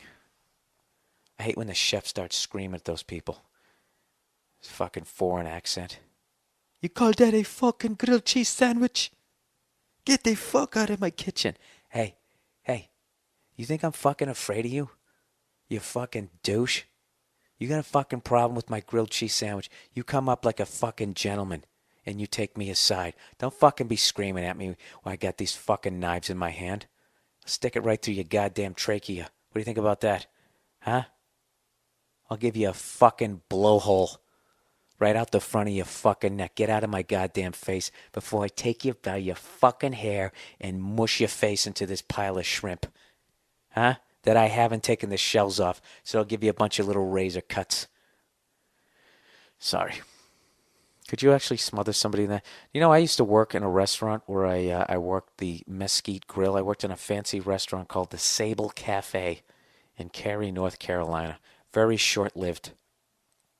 It was supposed to be 5-star dining, yet they had me working on a Mesquite Grill, glassed in with a big chef hat, as all these fucking people will be looking at me. You know, and I had to cook up all the shit. When I was done, you know, burgers, shrimp brochettes, the chicken sandwiches, whatever the fuck we were making, the swordfish specials. And then I'd turn around, there was a little window, and I'd hand it to the fucking Metallica fan who I worked with, who had to stick his hair up in the hat with his prepubescent fucking mustache, even though he was 19. That was the funny thing about that job, is I'd be sitting there looking out at all these quote-unquote elegant people in Cary, North Carolina, and then I'd look through the little porthole where I would stick the food through to give to the fucking drug addicts on the line. I remember they had a guy back there who was on a work release program. Like at night he was in jail, but during the day he cooked at this fucking restaurant. This guy was a douchebag. And one time we were on our way to going out of business. So at one time I was literally the grill chef, the busboy, and the dishwasher. Let's not even get involved in the amount of fucking health code violations that they're involved in there, because I did not have time to wash my fucking hands. Put it that way. So one day we was slammed, and I'm in back going, hey, we need some more glasses. You know, because we were running low on glasses. And the fucking douche on the work release program goes, well, why don't we wash some? Ah, a novel idea. You know? Like he's fucking intelligent or something. Ah, a novel idea. It was only because the guy was in fucking prison that I didn't say anything to him. He had that sort of credibility, but looking back, he was a fucking pussy. He was a goddamn little shit. He wasn't even that tall. And this is back in the day, though, when you weren't that tall. And if you weren't that tall, you weren't that tough. You were tough for a little guy, but you were still a little guy. This is before jiu-jitsu had made it to America. There was no UFC. You know? Remember the first fucking UFC? And Hoist Gracie kept fighting all those big guys, and you think that he was about ready to get punched in the chest and the fucking face or whatever, and then all of a sudden he grabbed that little finger and bend it back and whatever the fuck he was. You didn't know what he was doing. It was like magic. He was like, that little guy's going to get the shit kicked out of him. And the other guy would be like, all right. So, yeah. Isn't that hilarious? There's nothing worse than taking shit from somebody and you don't give them shit back. But you know why? Because 23 fucking years later, it still bugs you. You guys, there's a great one if you guys want to, the fuck is the word I'm trying to say here? If you want to participate in the podcast, I want to find out what the longest, like who the oldest person is on my podcast. What's the longest you've held on to some shit? All right, there's one. That was from 1987, 88. At least 22 fucking years ago. It still bugs me. Every once in a while, just pop in my head. Well, why don't we wash some glasses? A novel idea. Hey, why don't we not live a life of fucking crime so we don't have to go to jail, you fucking piece of shit? You know? The fuck did you do to get in jail, you dumb fucking idiot? You douche. I bet you're one of those guys who pulled his shirt over his fucking head and tried to rob a 7-Eleven on a whim. That was another thing, before they had really good security cameras, so this asshole wasn't on America's Dumbest Criminals. I really fucking hate that guy. Still to this day. I remember I had a math teacher one time, and he was asking questions, and he goes, for number 7, let's call on the dumbest kid in the room, Bill Burr. And it still fucking bugs me. That was like fucking 24 years ago. You know what? I think that's what heaven is to me. When I die, I go to heaven, and then there's just a line of fucking people that gave me shit throughout my life, and I never punched them in the face, and they just come one at a time, and I blast them they say what they said to me then, and I blast them in the face. And it doesn't even hurt my hand because it's heaven. You know? And I always fucking win. Wow, it's a lot of anger, isn't it? Okay, let's plow ahead. So I go, all right, sweetie, let's fucking go up to the goddamn Mandalay Bay. I've never been there. So anyways, like I said, it's run by one of the winners of Hell's Kitchen or some shit. And the reality is what I'm not realizing is people who win that show, I'm now really starting to believe, like, it's like Last Comic Standing. You go to the winner of Last Comic Standing.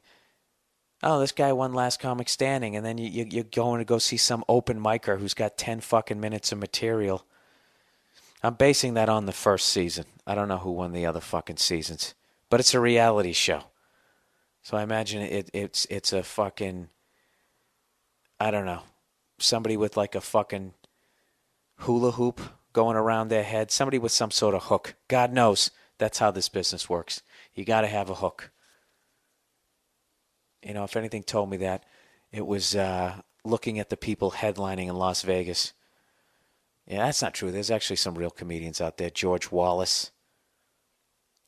I know Bobby Slayton worked out there for a while. There was real comics out there. But the guys who make the big fucking bucks, they just do shit, you know, puppets. How the fuck is that still entertaining in 2010? You know? Like what, I can't do ventriloquism? Is that right? Ventriloquism, is that the right word? You want to hear me talk without moving my fucking lips? I can do that shit. Hey there, dummy. What did you do today? Yeah, fuck you, Bill. You're dumber than I am. Isn't that funny? Huh? The dummy saying you're fucking dumb? No, wait, I gotta have a stupid voice, right? Take it to another level. Hi, Bill. Fucking sold out shows at Caesars. 10 million a year. Entertainer of the year. Bill Burr. and fucking ham face. Whatever the fuck your fucking puppet is. Why is the fucking puppet always smarter? Can't somebody switch that up? I'd be arguing with my puppet. The second the puppet started giving me shit. Oh, really? You're so fucking smart? What if I take my hand out of your back? Now look at you. You just fell on your wooden face, didn't you? You dumb fuck. Then I turn on the crowd. What the fuck is wrong with you people? What is it, the 1930s? Jeez, what do you want me to do after this? What's my fucking encore? Come out here and do the goddamn Charleston? Charleston? I couldn't even say it. All right, 25 whispering minutes in. I'm actually starting to get a little louder. But you know what? The sun is a little higher in the sky. You like that? Did I sound like a Native American? Anyways, Jesus Christ, let's get to the fucking Mandalay Bay. So we go over to the Mandalay Bay. And, oh yeah, that's what I'm realizing, that I'm eating at an open micers fucking restaurant. I didn't even realize that until afterwards. I eat the burger. I got one of their Kobe beef burgers. All right, now let me say something positive about Mandalay Bay before I get out of there. They had some fucking insane shows coming up at their House of Blues. All right, Joe Rogan, friend of this podcast. And he had me on his podcast last week. Joe Rogan is going to be performing there on July 3rd at Mandalay Bay at the House of Blues, the day before the big UFC fight. UFC Championship of the World. Did you ever see that Joe Rogan video, the Buffer 360? You got to see that. Just a fucking search that. There's a fucking, I don't know if it's a YouTube video or if it's just on his website, joerogan.net. But check that one out. Really fucking funny video. But anyways, he's playing there, and Lamb of God, if you're into that tolerable sort of death metal. That guy still sings in that fucking, Tom Waits voice. Tom Waits is really the father of death metal. If you listen to the way that guy sings. On a downtown train. Or maybe Louis Armstrong. I think it goes Louis Armstrong, Tom Waits, and then fucking death metal. I see trees of green, red roses too. Anyways, so that's the good shit at Mandalay Bay. The bad shit is we go to this fucking burger place. I can't even remember the name of it. We go in there, and I order a $16.50 fucking Kobe beef burger. And they're talking about how it's the greatest goddamn burger, the highest quality fucking meat, yada fucking yada. My girl orders one too, $16.50 and $16.50. What is that, kids? That's $33, plus fries, plus drinks, all that bullshit. The mob doesn't run Vegas anymore. You can't go out and get yourself a $2 steak. The whole fucking place out there now is it's a fuck over. So whatever, cost me like 40-something bucks, $50 with the goddamn tip. I eat it. You know what? It wasn't even that good. My girl's like, how's your burger? You know what I said? I said, it's good. Just keeping the peace. Keeping the water nice and smooth, nice and fucking still on the horizon. Okay? So anyways, I get back to my hotel. My girl already tells me she doesn't feel too good. That burger's sitting in her like a goddamn boot. And I'm like, you know what? I feel fine. I get ready to do my show, iron my button-down shirt, put a little conditioner in my hair, what's left of it, shape it up a little, and I head downstairs to go work the Orleans Casino, the last place Carlin ever worked, the place where the Smothers Brothers retired. Smothers Brothers, who were so fucking edgy, they actually lost their sketch show during the Vietnam War. They did, I forget what the sketch was, but they had the balls to say no to the network and do a sketch that was actually criticizing what the fuck we were doing over there, and they lost their goddamn show. I don't know about you guys, but for me, that's lifetime respect. So anyways, I walk down there, and I'm going through the Orleans Casino, and then all of a sudden it just fucking hits me. Boom, right in my stomach, like some capsule, some time-release CIA, you're going to shit your pants fucking capsule goes off. And I know there is no question that whatever I just ate was not good for my body, and it was about to reject it. One way or the other. Without getting crude, people, when something goes into your stomach, if it's coming out, it only has two options. All right? Anyways. I just thought of a really, really bad joke for the fucking third one, and I'm not going to say it. But it involved stabbing yourself in the stomach, and you can fill in the blanks on that one. All right. So anyways, so I'm like, you got to be shitting me. No pun intended. So I go in the back way, the same way that Carlin used to go in, because I've already asked everybody every fucking question. Literally, that's how much I'm into Carlin. How did he leave? Did he hang out? No, he'd say goodnight, and he would go right out the door, and he'd be in the car. And he wasn't difficult to work with. I guess he had arthritis at the end of his life, and the sound guy was saying one show he forgot to take the bottle caps off the water bottles, and he saw that Carlin was struggling with them. And when he got off, he goes, George, I'm so sorry. And George just like, what? Oh, come on, I don't give a shit, don't worry. And just walked out. I guess he was a really great guy. So anyways, I'm walking through this legendary door. And, and what's worse is, like, I know it's going to happen, but I know it's not going to happen for, like, another 15 minutes. And coincidentally, the fucking show starts in 15 minutes, and I'm going on first. All right? And this guy, when you're backstage, literally says, 20 minutes till showtime. 20 minutes till showtime. He, like, counts it down. I never get nervous before shows, but this guy counting down the show is making me nervous. 15 minutes till showtime, okay? And it's starting to get worse, and literally gets down to 2 minutes before showtime, and I'm questioning, can I make it through a half-hour set? And I was like, you know what? Fuck this. The show can't start without me. My opening music is Elvis Presley anyways. The fuck do I care? They can listen to that song.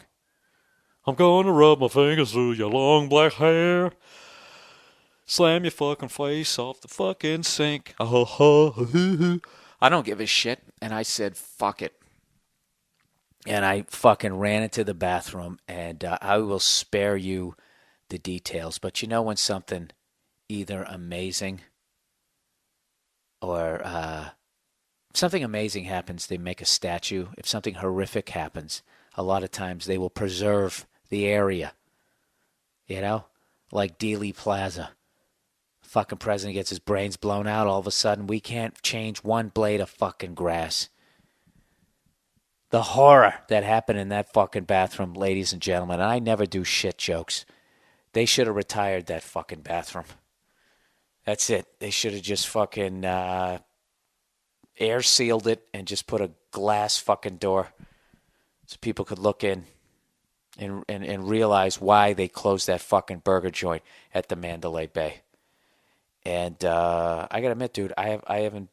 It's Monday. I'm finally back to normal. So there you go. There's my big shit story. I had a burger over at the fucking Mandalay Bay, and it almost ruined my fucking show over at the Orleans. So if you guys saw me, anybody saw me Saturday night, all right, you want to talk about a professional, because I extra fucking killed on that show. If you knew what the fuck happened, just know that.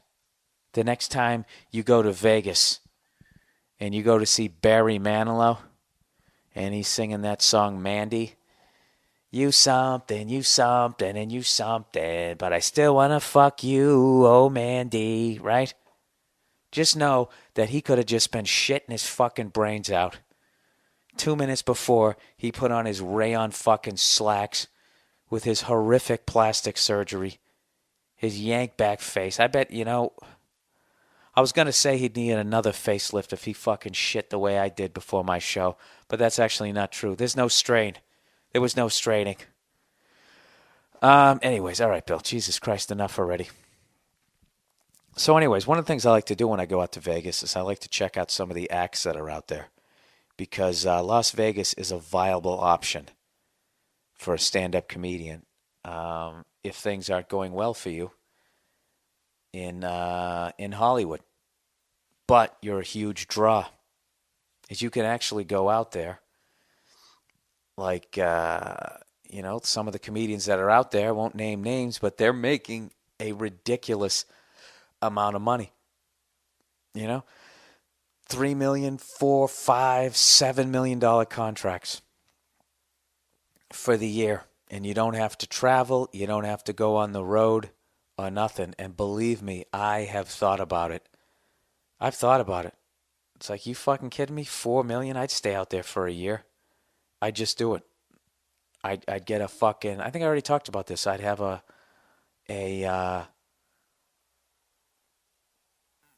this is how I had it planned. I was going to have a really fucking slamming house that I would rent.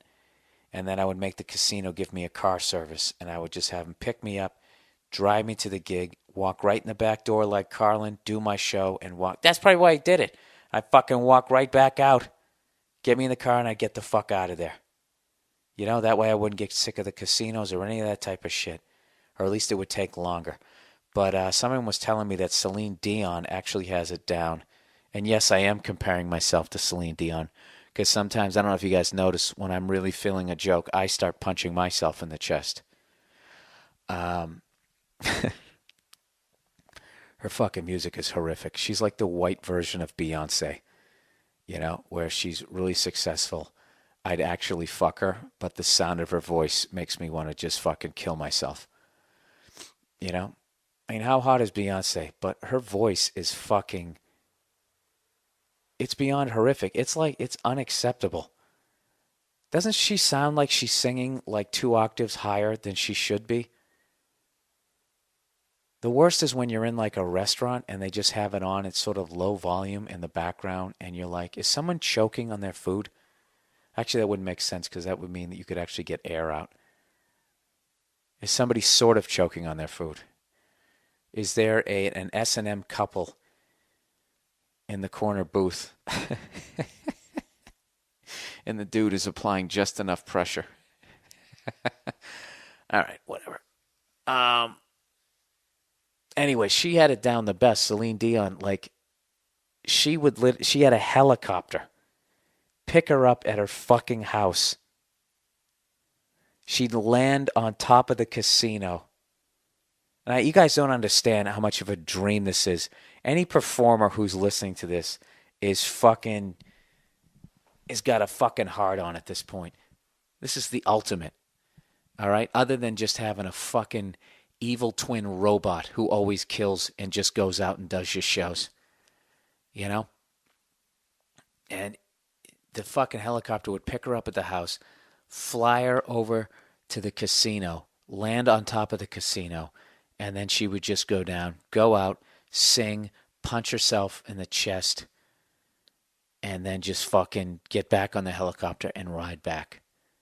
Do you realize that means she was doing her vocal warm-up in like her bathroom, and like 5 seconds later or whatever, as she sat in her kitchen eating fucking Fruit Loops or some shit, And you hear the fucking sound of those helicopter blades. Oh, dude, I would be listening to the theme from MASH. Or maybe some of that music that they listen to in like Apocalypse Now. What was some of the music that they listened to? Was that the one of those war movies where they would listen to The Doors? This is the end, do-do-do, my holy friend, the end. You're probably wondering, Bill, what the fuck are you singing so much for on your podcast this week? I'll tell you why. Because I went out to Vegas, and I saw a group out there that was selling out, and it was frustrating to me how much people like singers. This group had the worst fucking name of any group I've ever seen in my life. All right, it was 4 people, 3 guys and 1 girl, all with like the fucking facelifts, face yanked back, the fucking hair dyed, all well into their 50s, except for one of them who might have been 38. And I thought they were an a cappella group. They're not. They sing and they have a band there. And the name of the group was Vocal Soup.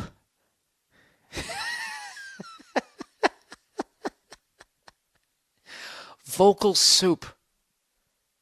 Is that not the most disgusting fucking name you've ever fucking heard? Who came up with that? Vocal Soup. So I'm like, I have to go on YouTube. Look them up. Look up Vocal Soup and click on Vocal Soup in concert. And I'm going to sing you some of their lyrics. They sing, Vocal Soup, yeah, yeah. You take 4 cool voices and you make them hot, and you give it everything you got, you get Vocal Soup. How fucking gross is that? It just makes you gag just to think of it. And the fucking lyrics, they do nothing to try to make it less gross. There's actually a line in their stupid theme song that you won't stop slurping till you're burping up vocal soup. And the end of the video, I shit you not, speaking of shit, which is the reoccurring theme of this podcast, they actually have an animated bowl of soup that is shit brown. It looks like a bowl of fucking diarrhea. I know it's gross, but I have to accurately describe it. And they have notes coming out of it with the steam. Vocal soup. Oh, it's fucking horrific. Vocal soup. And this is what killed me, is the one guy in the band, the rocker, is actually this guy from the group Foreigner. And it's just like, okay, whatever. You know, I don't know if Foreigners broke up right now and you had a bad deal, some behind the music shit, you need money. Hey, I respect it. But how the fuck did you sign off on Vocal Soup, former person that was in Foreigner? You didn't speak up like, hey guys, I don't want to big league anybody, But I was in a band that not only sold out arenas, not only had a #1 record, but I wanted to say we actually had a pretty cool fucking name. I think we can do better than Vocal Soup. I mean, I don't want to go the hacky route here with like, what? What are the other options? What were the other options? Throat puke?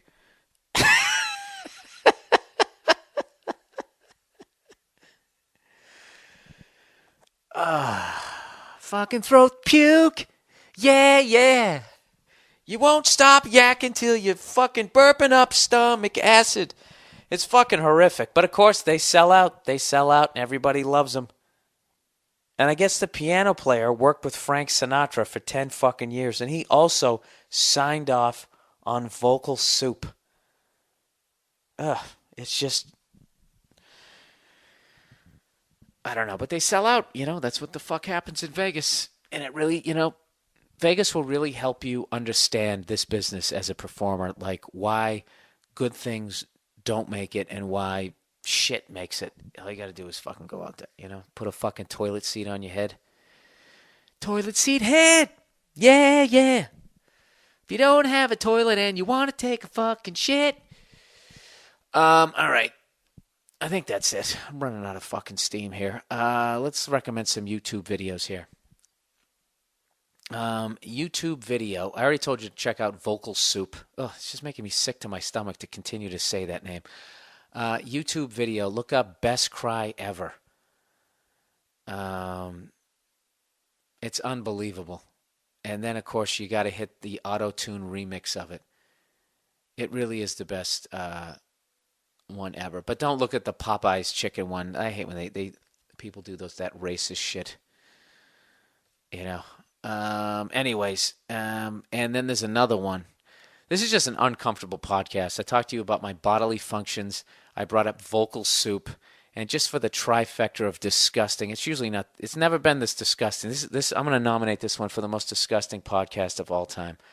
And this is the cherry on top here. The last YouTube video is Chimp Rapes Frog.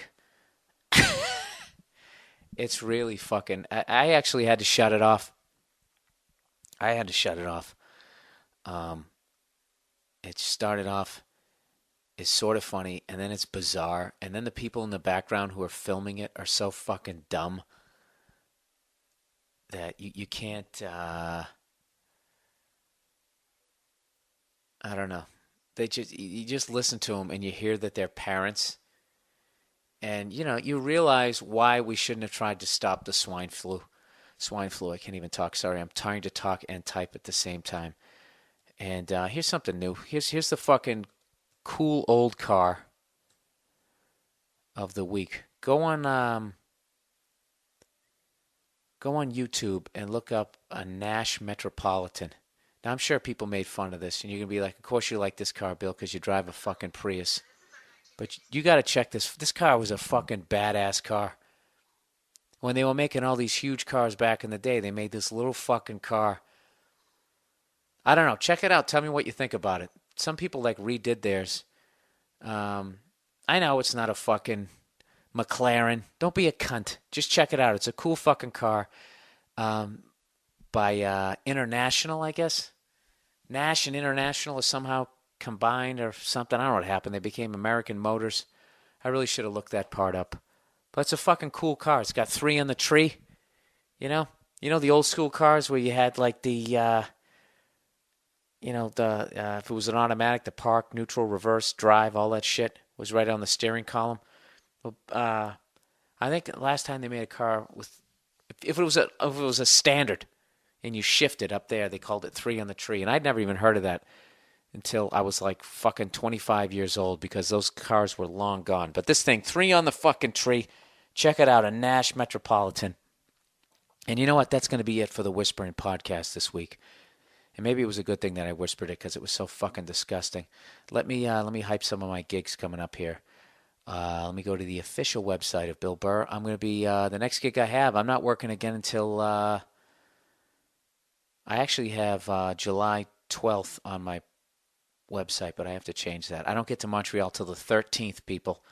July 13th through the 17th, I'm going to be in Montreal, Canada. Speaking of cities that riot after they win or lose, just like Los Angeles, another sports town of fucking animals who attack police officers and tip over cars even if they fucking win or lose.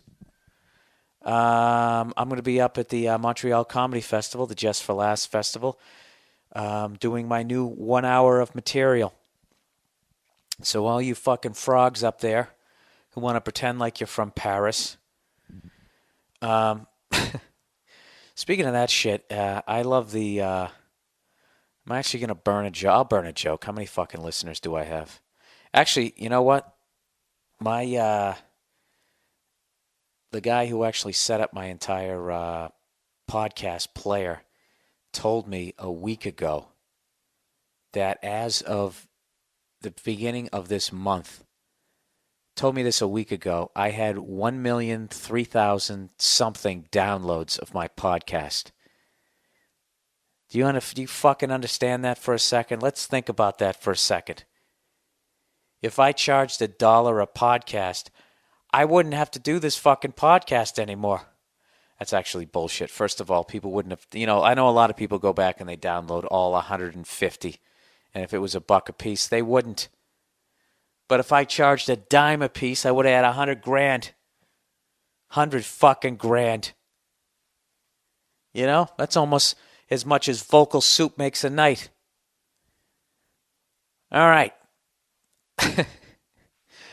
So anyways... Maybe I'll do that. Maybe I'll charge a fucking dime. Because if you didn't notice from the story I was telling you about working Vegas and not having to do the road and that type of thing, that's what happens to performers after a while. It's not the doing of the show, it's the fucking travel. And you try to figure out how the fuck I can get off the road. Initially, the road seems like a cool, fun thing to do, and it is. But then as you get older and you've been pretty much everywhere, you try to look for ways.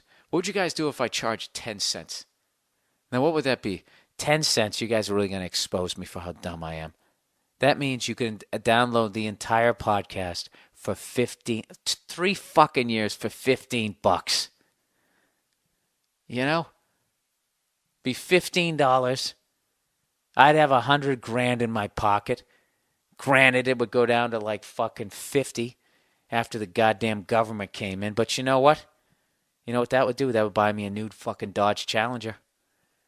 The fucking top of the line one with the fucking stripe on it and shit. Don't worry. I'm not going to charge a dime.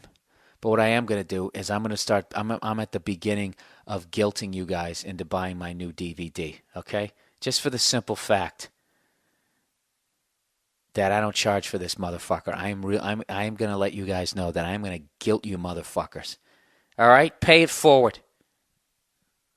And it's not, you can't just buy one of my DVDs. You got to buy two. One for yourself to show all your friends, and then you got to buy the second one for somebody that you don't really like.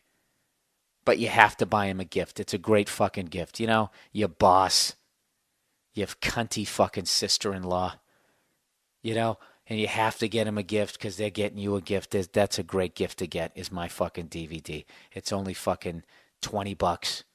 There you go, you cunt. Shut your face. And watch this guy trash women for an hour. That's it, everybody. That's the podcast for this week. I apologize that it was so fucking graphic. I usually don't tell shit stories, shit jokes, bodily fluid stories, but it happened. What do you want from me? But anyways, I want to thank the Orleans Casino for having me. I had a fucking great time. If you go out to Vegas, go to the Orleans Casino. You know, if you're a little more mature and you don't want to deal with those fucking whores walking around. Oh, hey, I gotta give you guys the name of this fucking thing. I'm not one of these guys who's into art. Really, Bill? You just did a fucking shit joke for fucking 45 minutes. If you guys, next time you go out to Vegas, go out to the Peter Lick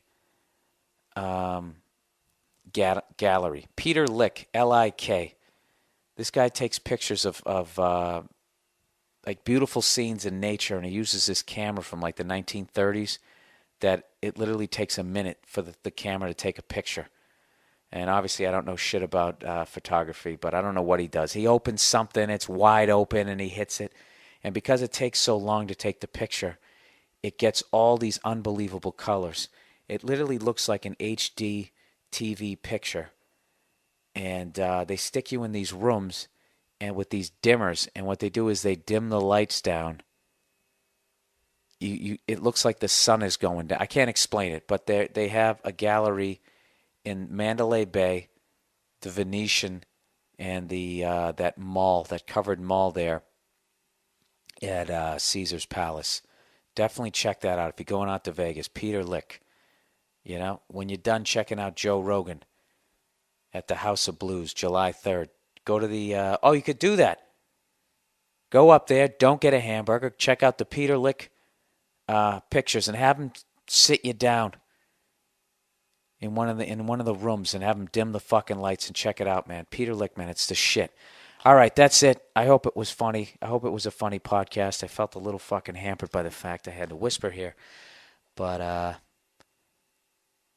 what the hell did I do? Did I just shut this fucking thing off? No, I didn't. All right, you guys, everybody have a good week. I'll talk to you next week. And that is it. All right, take it easy.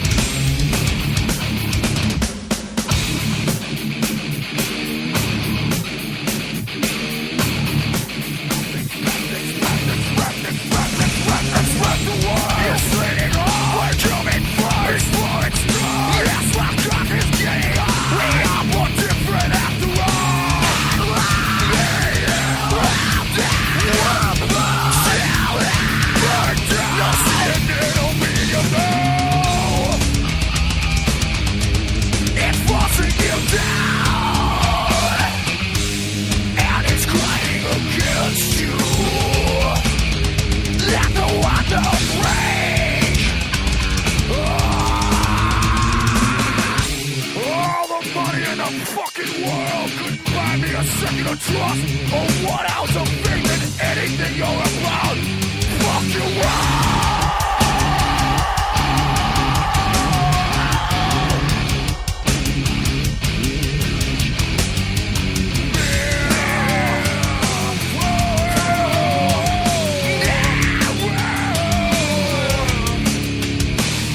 Nothing is worth, puts me better.